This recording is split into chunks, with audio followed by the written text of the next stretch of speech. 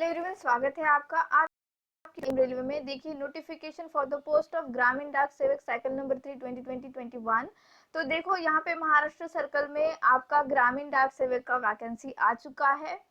हम सारी इन्फॉर्मेशन ले लेते हैं। देखो कितनी टोटल वैकेंसीज कितनी है, जो भी फीस कितनी हो सकती है, सिलेक्शन क्राइटेरिया क्या है, आपका एज लिमिट क्या रखा गया है, ठीक है, सब कुछ जान लेते हैं। वन बाय वन देखते हैं कि आप कितने पोस्ट के लिए एलिजिबल हो, कितने पोस्ट के लिए आप अप्लाई कर सकते हो, सब कुछ जान लेते हैं। सारा कंफ्यूजन आज दूर कर देते हैं। और अभी अभी ये जो है नोटिफिकेशन आई है, इसकी इंपॉर्टेंट डेट्स जो है, सबसे पहले तो कितनी वैकेंसीज है वो देख लीजिए। चलिए, तो नोटिफिकेशन के सबसे लास्ट पेज पर इसका पूरा का पूरा जो कम्युनिटी वाइज पोस्ट कितना कितना दिया गया है वो दिया है। तो देखिए यहाँ पे आपको क्या करना है। सबसे पहले तो आपने एक काम कीजिए, प्लीज़ मेरा टेलीग्राम ग्रुप ज्वाइन कर लीजिए। मैं आपको वहाँ पे नोटिफिकेशन प्रोवाइड कर दूँगी, लेकिन कुछ इंपॉर्टेंट बातें हैं जो आप डिसिफर नहीं कर पाएंगे पढ़ने के बावजूद भी, इसलिए मैं ये वीडियो बना रही हूँ। देखिए ईडब्ल्यूएस कैटेगरी में 246 वैकेंसी है, ओबीसी में 565 एंड पीडब्ल्यूडी ए जो है जो हमारा पीडब्ल्यूडी का सेक्शन होता है, हॉरिजॉन्टल एंड वर्टिकल जो भी कैटेगरी का, तो उसमें 10 है, पीडब्ल्यूडी बी 23, पीडब्ल्यूडी सी 29। ठीक है, तो ये सारा जो है ये रिजर्वेशन का है पीडब्ल्यूडी कैंडिडेट्स का। Then PWD DE 15 and SC category 191, ST category 244 and UR category 1105। तो टोटल कितना है हमारे पास वैकेंसी अवेलेबल? 2428। ठीक है, जान लीजिए ये हमारे पास अप्रोक्सीमेटली 2500 के आसपास आप कह सकते हो। ठीक है, 2500 के आसपास वैकेंसीज आई हुई है। आप लोगों ने ये इसका स्क्रीनशॉट निकाल लीजिए, आप जिस भी कैटेगरी से बिलोंग करते हो। और इसके लिए अगर आप एलिजिबल हो तो मैं आपको सजेस्ट करूंगी प्लीज फॉर्म फिलअप करना। नेक्स्ट थिंग यहाँ पे मोस्ट इंपॉर्टेंट है कि एज क्राइटेरिया इन्होंने क्या रखा है। तो यहाँ पर एज क्राइटेरिया जो रखा गया है आज से 27 अप्रैल से लेकर ही इन्होंने रखा गया है 18 से लेकर 40 साल का। ठीक है, मिनिमम आपका 18 साल एज होना चाहिए और मैक्सिमम आप सिर्फ 40 साल के होने चाहिए। 40 साल से ज़्यादा है तो आप इसके लिए एलिजिबल नहीं हो बिल्कुल भी। नेक्स्ट थिंग क्या है, यहाँ पर जो भी SC ST कैटेगरीज के हैं बच्चे और जो OBC कैटेगरी के बच्चे हैं उनको जो है एज रिलैक्सेशन दिया गया है। SC ST के लिए 5 साल एज रिलैक्सेशन, मतलब अगर वो 45 ईयर्स के अंडर आते हैं और या फिर 45 ईयर्स के हैं तो वो फॉर्म फिलअप कर सकते हैं। और अगर जो OBC कैटेगरी के हैं वो 43 तक जो है फॉर्म फिलअप कर सकते हैं। तो ये हमने देख लिया एलिजिबिलिटी क्या थी एज का। अब नेक्स्ट देखते हैं कि इनका अलाउंस कितना होता है। ठीक है, इनका सैलरी कितना होता है। तो जो हमारा डाक सेवक है, सेकंड पॉइंट नंबर देखना, जो डाक सेवक है इनकी सैलरी जो है मिनिमम 10,000 रखी गई है। ठीक है, मिनिमम 10,000 रखी गई है। और अगर थोड़ा सा अगर स्लैब अगर ये बढ़ा देते हैं तो ये 12,000 तक चली जाएगी। ठीक है, लेवल 2 तक चली जाएगी। अगर लेवल 1 रखा गया तो 10,000, लेवल 2 में मिला तो 12,000। और जो बीपीएम है, अब बीपीएम क्या चीज़ है, देखो डाक सेवक and assistant actually branch post master, ये 2 वैकेंसीज है। जैसे देखो branch post master, assistant branch post master and डाक सेवक, ये निकली हुई है यहाँ पर। तो जो हमारा बीपीएम है उसका सैलरी है 12,000 रुपीज लेवल 1 के लिए, और लेवल 2 के लिए है 14,500। ज़्यादा वर्क नहीं करना होता है, 4 आवर 5 आवर का ही वर्क होता है। तो ये अच्छा है। एक अगर कोई दूसरे एग्जाम के लिए प्रिपेयर कर रहा है बंदा और उसको अच्छे परसेंटेज वगैरह है तो वो इसके लिए अप्लाई कर सकता है। और सिर्फ महाराष्ट्र के स्टूडेंट इसके लिए अप्लाई कर सकते हैं, आगे मैं बताऊंगी क्यों। तो यहाँ पर अब इम्पोर्टेंट पॉइंट देखते हैं। पेज नंबर 14 पे इम्पोर्टेंट डेट्स दी गई है। क्या क्या इम्पोर्टेंट डेट्स है देखते हैं। ये देखिए यहाँ पर रजिस्ट्रेशन का एंड जो फीस सबमिशन का जो स्टार्टिंग डेट है वो डेट है 27 अप्रैल 2021। ठीक है, आप इसी दिन से रजिस्ट्रेशन भी कर सकते हो और एप्लीकेशन भी कर सकते हो 27 अप्रैल 2021 से। और रजिस्ट्रेशन फीस सबमिशन का एंड डेट क्या है, तो 26 मई 2021। और application online submission end date भी वही है, सेम रखा गया है 26 मई 2021। तो अच्छी अपॉर्चुनिटी है। फीस वगैरह क्या स्ट्रक्चर है हम आगे देखते हैं, लेकिन यहाँ पे 2 डेट्स जो है आपको याद रखने, 27 अप्रैल 2021 और 26 मई 2021। ठीक है, तो लास्ट डेट यहाँ पे क्या रखी गई है, 26 मई रखी गई है। और जिस तरह से 27, 25, एंड 26 मतलब कल से, एक्चुअली कल से जिस तरह से वैकेंसीज आ रही है, मुझे ऐसा लगता है कि अभी वैकेंसीज बहुत ज़्यादा आएंगी अलग अलग डिपार्टमेंट में।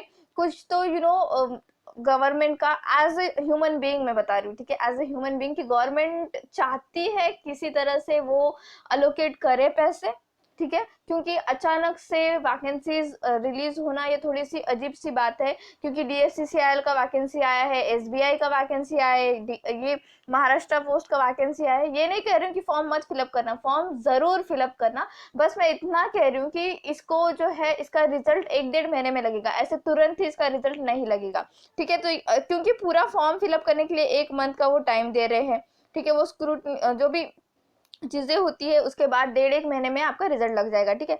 तो यहाँ पर अब इम्पोर्टेंट पॉइंट क्या देखते हैं हम लोग कि फीस कितनी रखी गई है, ठीक है, फीस जो है यहाँ पर।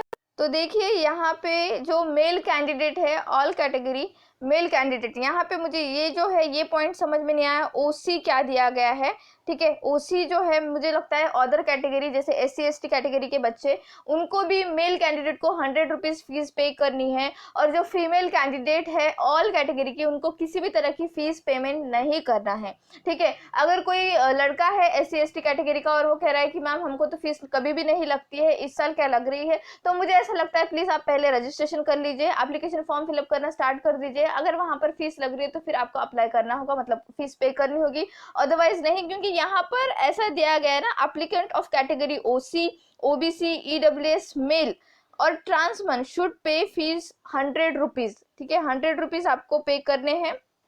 तो शायद हो सकता है यहाँ पे SC ST कैटेगरी के मेल कैंडिडेट से यहाँ पर पैसा मांगा गया है, और जो फीमेल कैंडिडेट है उनको पैसे नहीं देने हैं, ठीक है, ये बात हो गई।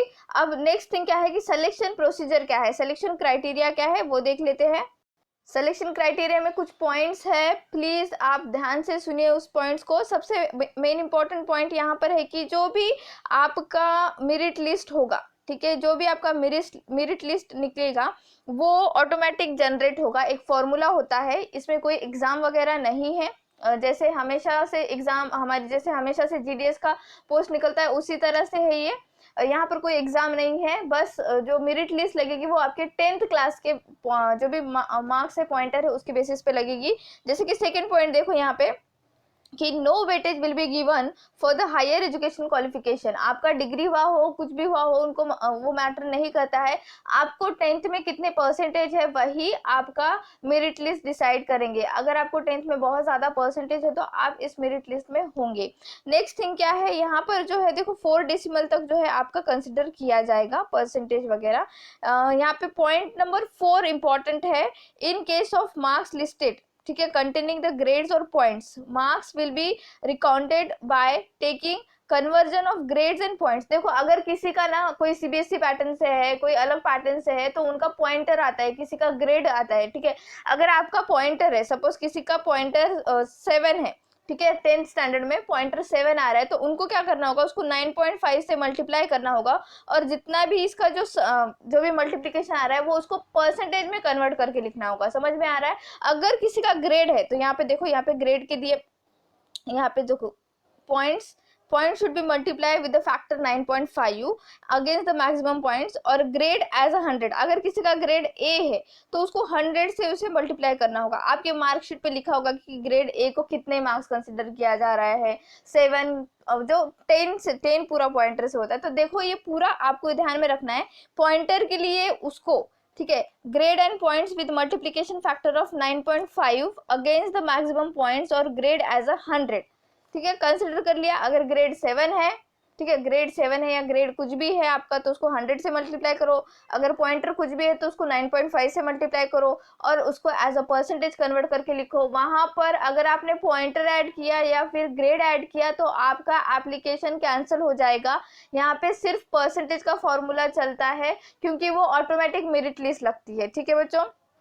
नेक्स्ट थिंग यहाँ पर क्या कहा गया है, in case of candidates get the same marks, ठीक है, अगर सेम मार्क्स आ रहे हैं किसी बच्चे के, किसी भी कैंडिडेट के, 2 कैंडिडेट के सपोज 88% है, तो फिर उनका सिलेक्शन कैसे होगा, जिस भी कैंडिडेट की एज ज्यादा है, ठीक है, जिस भी कैंडिडेट की एज ज्यादा है उसका सिलेक्शन हो जाएगा, ठीक है, डेट ऑफ बर्थ के हिसाब से होता है ये।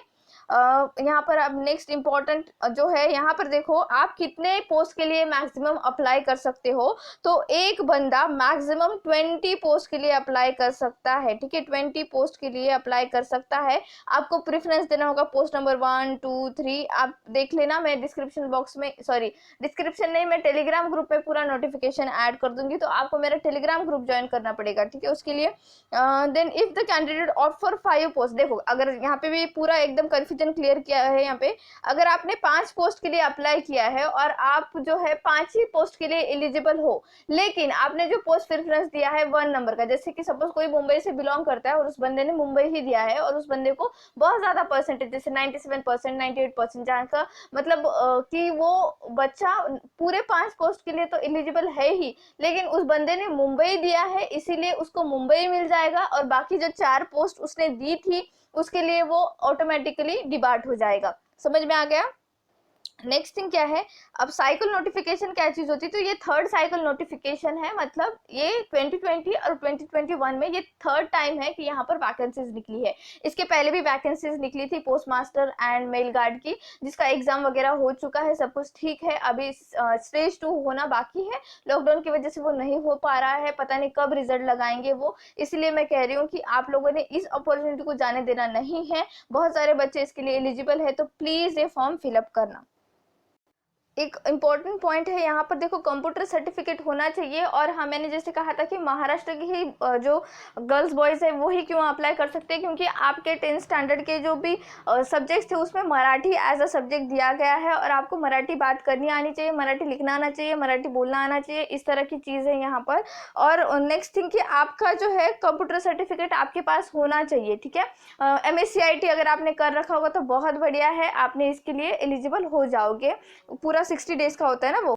अगर आपको कुछ भी प्रॉब्लम आता है बच्चों, तो प्लीज इस हेल्पलाइन पे फोन करके पूछ लेना, नोटिफिकेशन से रिलेटेड कुछ भी प्रॉब्लम आता है तो ये लोग फटक से फोन उठा लेते हैं और आपको उसका जो है आपका जितना भी प्रॉब्लम है वो क्लियर आउट कर देते हैं, या फिर आप इस पे मेल कर देना, ठीक है बच्चों। Thank you so much for watching.